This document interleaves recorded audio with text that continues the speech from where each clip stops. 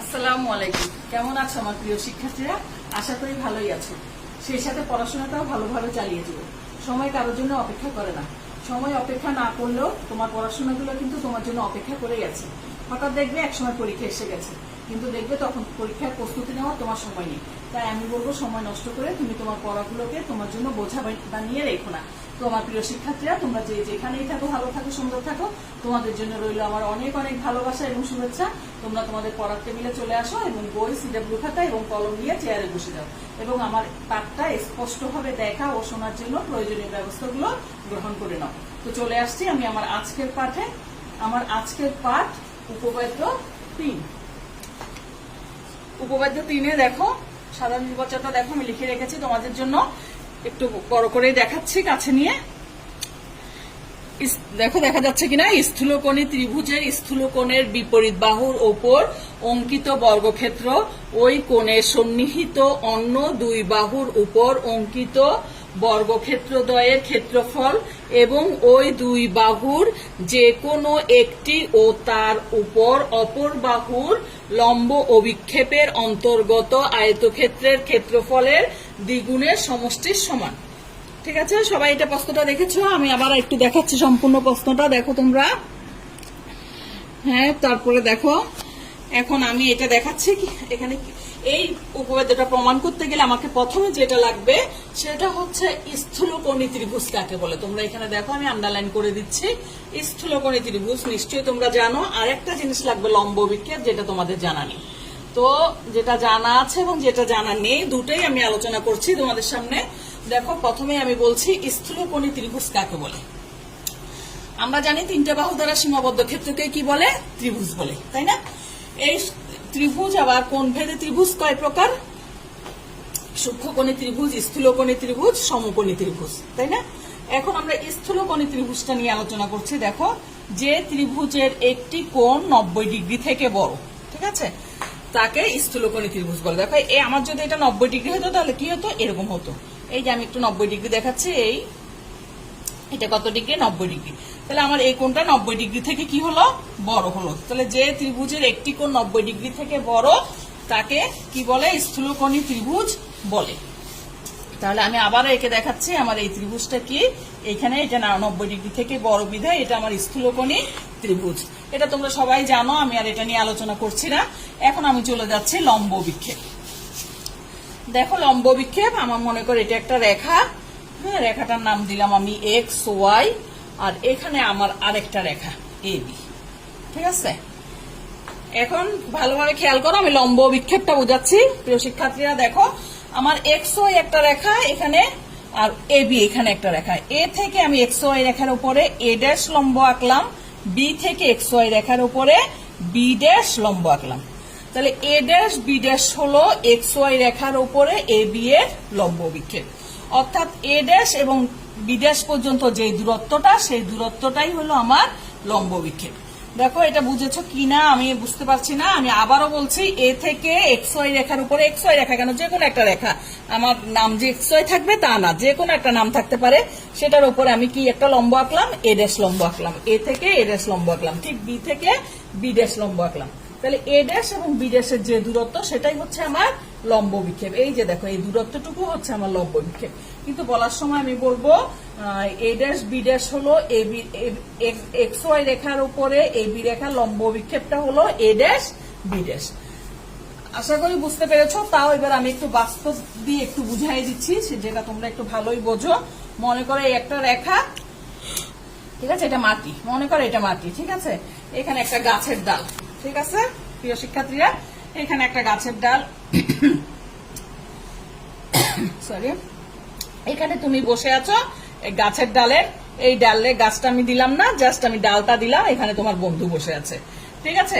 তো তুমি এখান থেকে, এটা হচ্ছে তুমি, এটা তোমার বন্ধু, তুমি এই মাটির ভিতরে লাফ দিলে, লম্বভাবে লাফ দিলে, ঠিক আছে। লাফ দিয়ে এসে তুমি এখানে পড়লে, একেবারে কর্নার তির্যক ভাবে না, একেবারে সোজাসুজি লাফ দিলে, যাতে 90 ডিগ্রি কোণ উৎপন্ন হয়। এখান থেকে তোমার বন্ধু ঠিক এবার ভূমিতে লাফ দিল, ঠিক আছে, এখানে। তাহলে তোমার সাথে তোমার বন্ধুর যে দূরত্বটা, সেটাই হচ্ছে লম্ব বিক্ষেপ। আশা করি বুঝতে পেরেছো। এবারের ভুল হবে না। তারপরে দেখো, এখন যদি মনে করো এই মাটিটা, এখানে মাটি আর গাছের ডালটা মনে করো এরকম, ঠিক আছে, এইটা তোমাদের কিন্তু এখন লাগবে। এই লম্ব বিক্ষেপটা আমি এখন তোমাদের পড়ানোর সময় আমার লাগবে, একটু ভালোভাবে খেয়াল করো।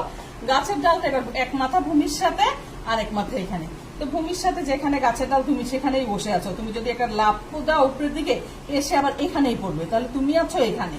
আমি তো দিয়ে বুঝাইলাম, তুমি আছো এখানে, ঠিক আছে। আর তোমার বন্ধু এখান থেকে লাফ দিল ঠিক সোজাসুজি ভাবে, যাদের 90 ডিগ্রি কোণে কোণ উৎপন্ন করে, ঠিক ও এসে পড়লো কোথায়, এখানে। তোমার বন্ধু এসে এখানে পড়লো। খেয়াল করো, একটু আগে গাছের ডালটা কিন্তু উপরে ছিল, এখানে এবার কিন্তু ভূমিতে গেছে। তুমি এখানে, তোমার বন্ধু উপর থেকে জাম দিয়ে এসে এখানে পড়লো, তাহলে তোমার সাথে তোমার বন্ধুর যে দূরত্বটা, সেটাই হচ্ছে লম্ব বিক্ষেপ। আশা করি বুঝতে পেরেছো। এখন আমার প্রশ্ন বোঝানো শেষ, এবার আমি চলে আসবো বিশেষ নির্বাচনে এবং কি প্রমাণ করতে হবে। তাহলে আবার দেখো, স্থূলকোণী ত্রিভুজের এখন আমরা দেখছি আমাদেরকে কি বলা হয়েছে। দেখো, বিশেষ নির্বাচনটা তোমরা বইয়ের থেকে লিখে ফেলবে। আমি একটু চিত্রটা দেখাচ্ছি, একটু চিত্রটা দেখো। এই যে দেখো, আমি একটা স্থূলকোণী ত্রিভুজ এঁকে রেখেছি। হ্যাঁ, এখানে এ বি সি ত্রিভুজে কোণ এ সি বিটা কি, এইটা হলো আমার স্থূলকোণ, ঠিক আছে, 90 ডিগ্রির থেকে বড়। একটু আগেই আমি তোমাদেরকে এঁকে দেখিয়েছিলাম। তাহলে তুমি ছিলে এখানে, আমি বললাম তুমি লাফ দিয়ে এখানেই পড়েছো, তুমি এখানে, তোমার বন্ধু এখানে, তোমার বন্ধু লাফ দিয়ে এখানে এসেছে। তাহলে তোমাদের দূরত্বটা কি, এতটুক। হ্যাঁ, এতটুক। তাহলে তোমাদের লম্ব বিক্ষেপটা কি আমার, সিডি, ঠিক আছে।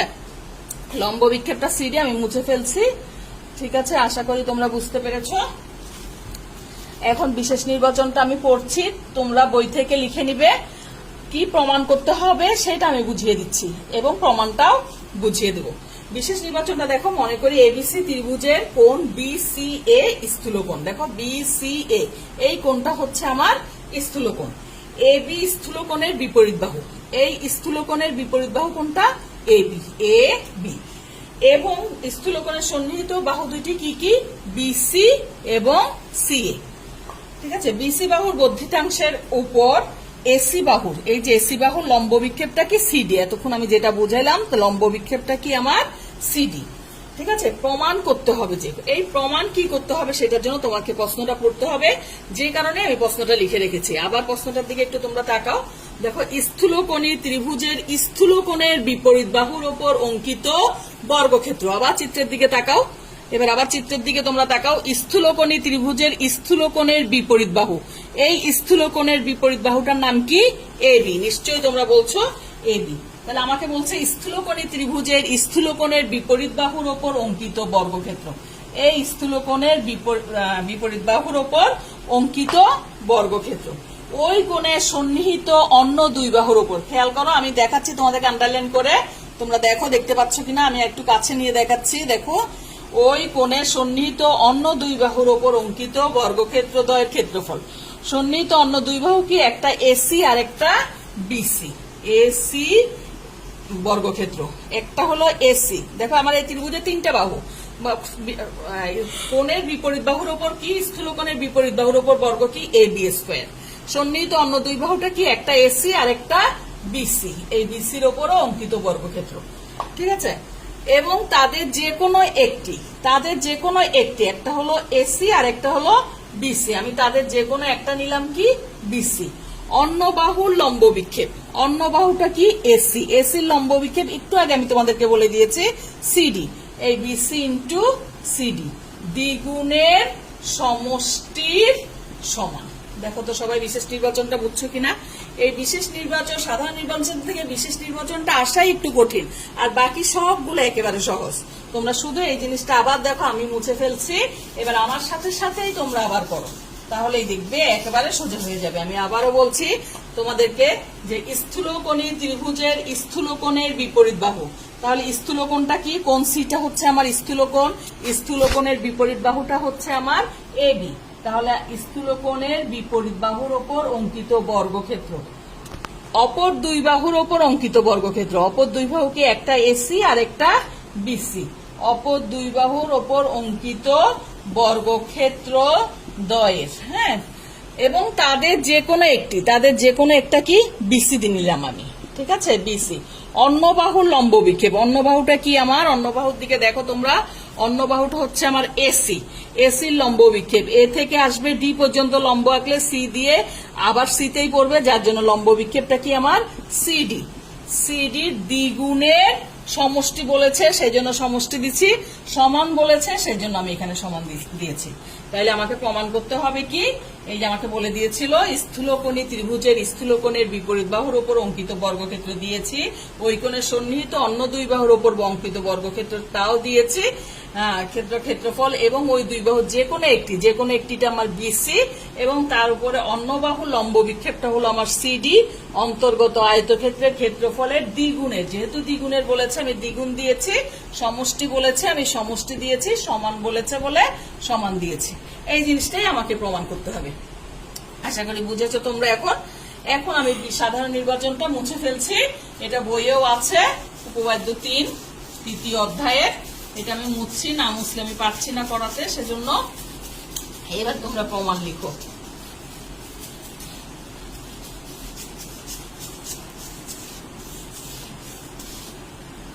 দেখো আমরা প্রমাণে চলে আসছি, দেখা যাচ্ছে কিনা দেখো।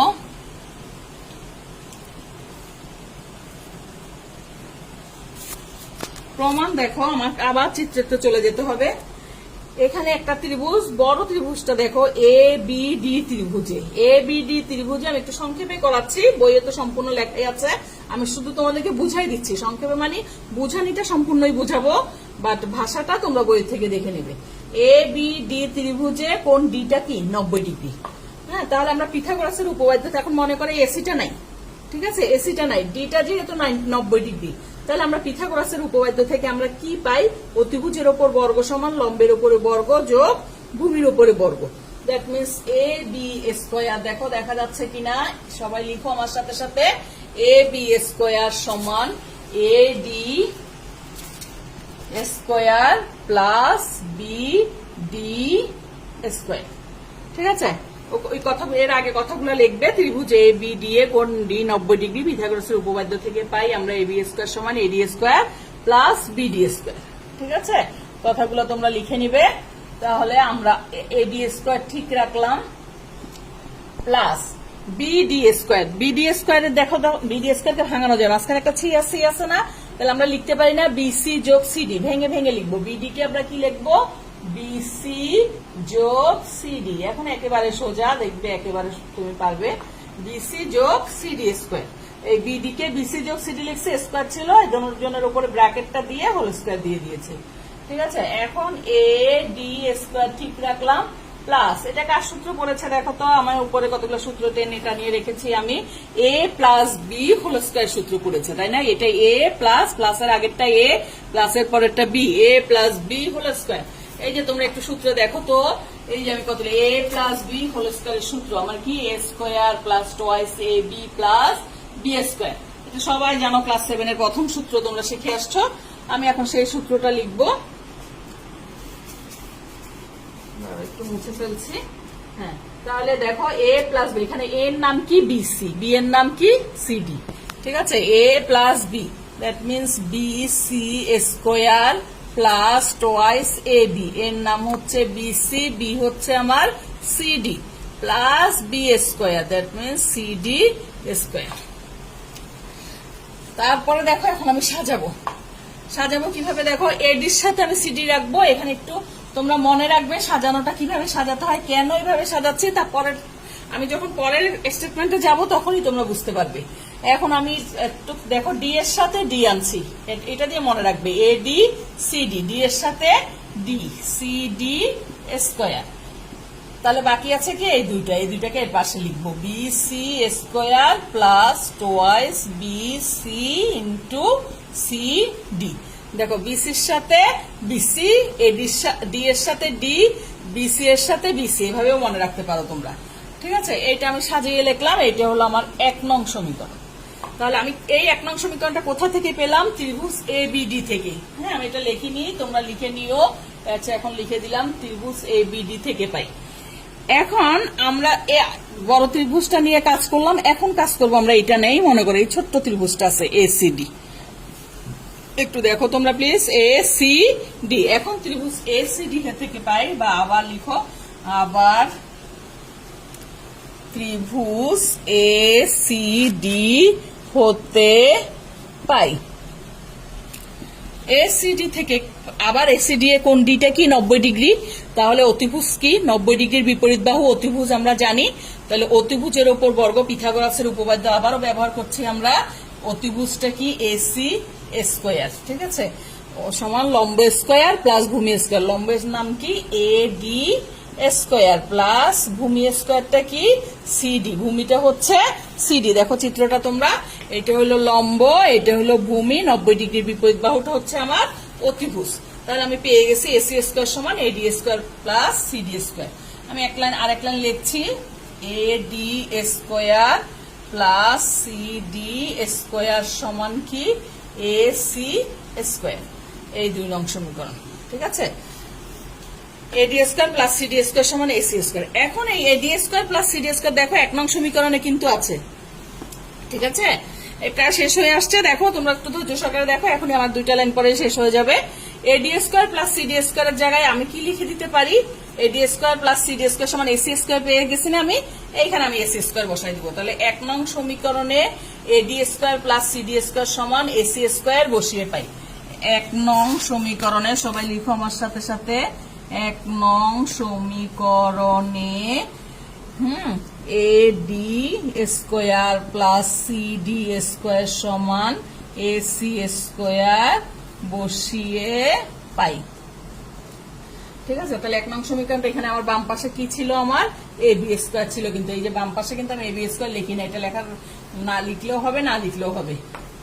লিখলে আমাকে এখানে অবশ্যই বা দিতে হবে, ঠিক আছে। তাহলে বা এ বি স্কোয়ার সমান এত। তাহলে অতএব এ বি স্কোয়ার সমান আমি এখন কি লিখবো, এ বি স্কোয়ার সমান A D square plus CD স্কোয়ারের জায়গায় আমি লিখে দিলাম এ সি স্কোয়ার, ঠিক আছে। আর কি ছিল এখানে, BC square, AC square plus BC square ছিল, বিসি স্কোয়ার বসাই দিচ্ছি। এই এডি স্কোয়ার আর প্লাস সিডি স্কোয়ারের জায়গায় আমি এসি স্কোয়ার বসাইছি, প্লাসের জায়গায় প্লাস বসাইছে, বিসি স্কোয়ারের জায়গায় বিসি স্কোয়ার বসাইছে, এবং প্লাস টুয়াইস বিসি সিডি ছিল, সেটা আমি ঠিকই রেখে দিয়েছি, বিসি সিডি। দেখো তো প্রমাণ মিলে গেছে কিনা। দেখো এ বি স্কোয়ার সমান AC square plus BC square plus twice BC into CD. তাহলে আমরা লিখে দিতে পারি প্রমাণিত। আশা করি তোমরা এটা বুঝতে পেরেছ। একটু সবাই পড়ে দেখো, পড়লেই আর বুঝতে পারবে এবং সাথে সাথে শিখে ফেলো। শেষ হয়ে গেল আমার আজকের পাঠ। প্রিয় শিক্ষার্থীরা, দেখো তোমরা বুঝতে পেরেছো কিনা। আশা করি তোমরা আমার পাঠটা বুঝতে পেরেছো।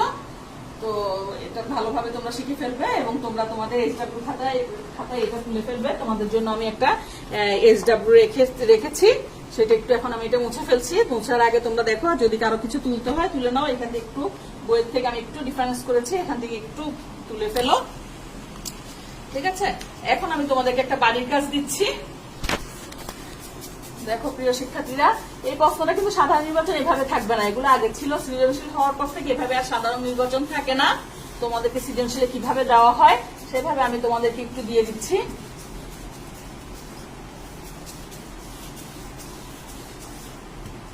দেখো